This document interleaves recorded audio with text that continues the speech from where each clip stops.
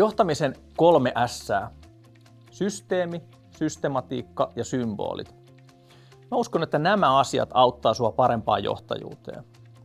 Eli kysy itseltäsi, onko yrityksessäni systeemi kunnossa, eli konseptit, tavat toimia, strategia, liiketoimintasuunnitelmat siinä muodossaan, että ne on kirjattu ja jaettavissa jollekin toiselle.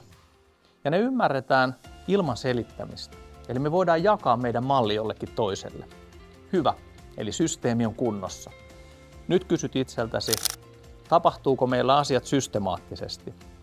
Onko suorituksen taso toistuvasti korkealla? Ollaanko me tasalaatuisia?